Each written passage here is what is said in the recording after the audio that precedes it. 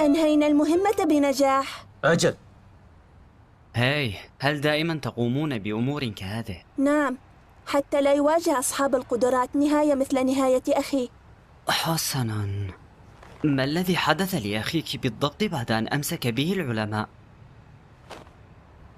لا شيء يستحق إخفاءه. أتود زيارته؟ لأين؟ إلى مكان أخي.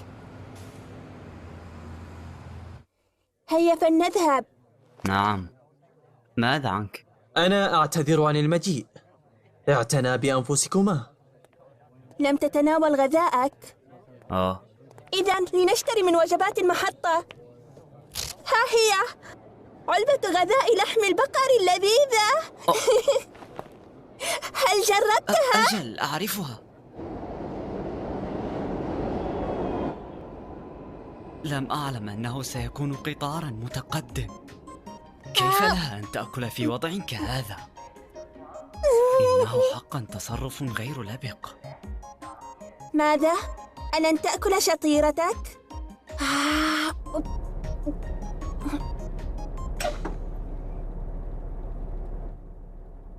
كان أخي أول من حصل على قدرة خاصة. كان ذلك بعد اجتياز الاختبار القبول لمدرسة تؤهلني للجامعة. قبلت أمي، لقد قبلت. أحسنت صنعا يا ناو، ستصبحين طبيبة محترفة ومعروفة. أخي تعال وانظر، لقد قبلت. حقا هذا؟ على خلافي فأنت مذهلة حقا. كلا، فأنت الأكثر روعة يا أخي. سمعت بأن استوديو للتسجيل يريد توقيع عقد مع فرقتك. بما أننا فقراء فعلي الظهور مع شركة كبيرة والعيش بمفردي. هل استمعت إلى السيدي الذي أعرتك إياه؟ أستمع إليها لأنني مشغولة بالدراسة. قد انتهت اختبارات القبول فاستمعي له، فأنا أود صنع أصوات تماثلها. أنا لا أحب موسيقى الروك. كلا، جيند ليست موسيقى روك وإنما هي بوست روك. قلت لي هذا من قبل ولا زلت لا أفهم ما تعني. لكنني لم أذهب إلى تلك المدرسة. أود مناقشتكما بأمر مهم. لقد قررت تسجيلكما في المدرسة الداخلية لتطوير مهاراتكما. أنا على وشك التوقيع مع شركة تسجيلات كما تعلمين. آسفة، يمكن لموهبتك الانتظار. لا أفهم أيا من هذا. إن استطعت العيش بمفردي فستتحسن حالنا المادية. سجلتكما في هذه المدرسة لهذا السبب. إن ذهبتما ستحل مشاكلنا. وكيف هذا؟ نعم، متفوقة بالدراسة وأنا أحمق لا أعرف سوى العزف على الجيتار. سيهتمون بموهبتك وينمونها هناك. إذن هي مدرسة موسيقى. ما المغزى من ذهابنا الاثنين إليها؟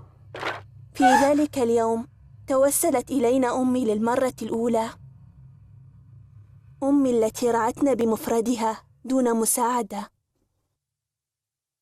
وفي تلك المدرسة حصلت على أصدقاء فور دخولي، لكن بعد الحصص كنت أجبر يومياً على أداء فحص طبي. أنا وأخي في نفس المدرسة، إلا أنني لم أره مطلقاً. في كل مرة أحاول فيها البحث عن أخي يمنعني أصدقائي. ومن جهة أخرى حول أخي إلى فأر للتجارب منذ يومه الأول. قدرة أخي هي صنع موجات صوتية عن طريق ترددات الهواء. استخدم هذه القدرة بحفلات موسيقية، حول صوت القيثارة إلى أصوات موسيقية مختلفة، وهكذا وجدوه.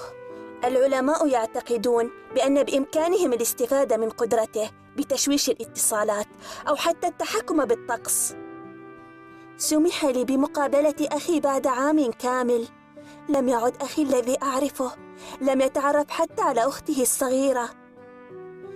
كل أصدقائي الذين تعرفت عليهم وأشغلوني عن أخي كانوا محضرين مسبقا من قبل العلماء ليصبحوا أصدقائي.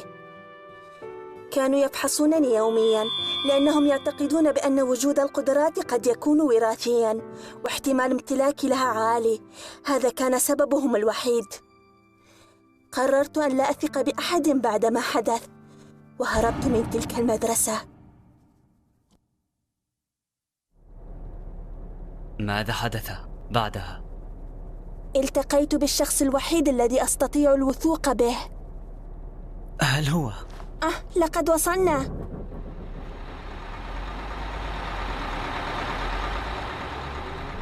أنا ناو توموري، أتيت لرؤية أخي. إذن اسمها الأول هو ناو. هو موجود بالغرفة رقم 12. هل نستطيع الخروج والتنزه؟ يمكنك التنزه معه في حديقة المشفى. شكرا لك. من هنا؟ هذه هي.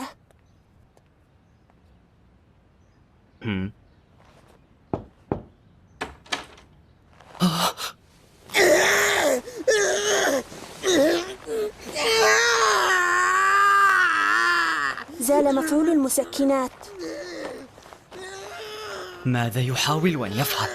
إنه يلحن. أخي يعتقد بأنه يعزف على الجيتار، والغمغمة التي تسمعها هو اللحن الأساسي.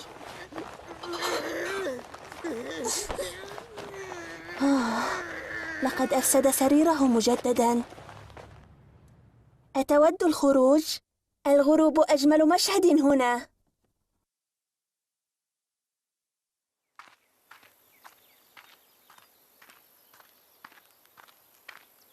مذهل. أليس كذلك؟ أجل، هذا المكان فخم. كيف أحضرته إلى هنا؟ كل الشكر للشخص الذي أثق به. لقد قام بكل الإجراءات ودفع التكاليف ونقل أخي إلى هنا. لم أتوقع بأن أرى إنسانا بهذه الطيبة في وقتنا الحالي. لم يبالي بالغروب. الطب في تطور، بالتأكيد سيجدون علاجا لحالته. لا أحد يبحث عن علاج للمرضى الذين بحالته. لماذا؟ بالنسبة للعلماء نحن مجرد بطاريات. إن انتهت طاقة البطارية سيبحثون عن بطارية أخرى. ليسوا مهتمين بمساعدة من انتهت قدرتهم. لا يمكن.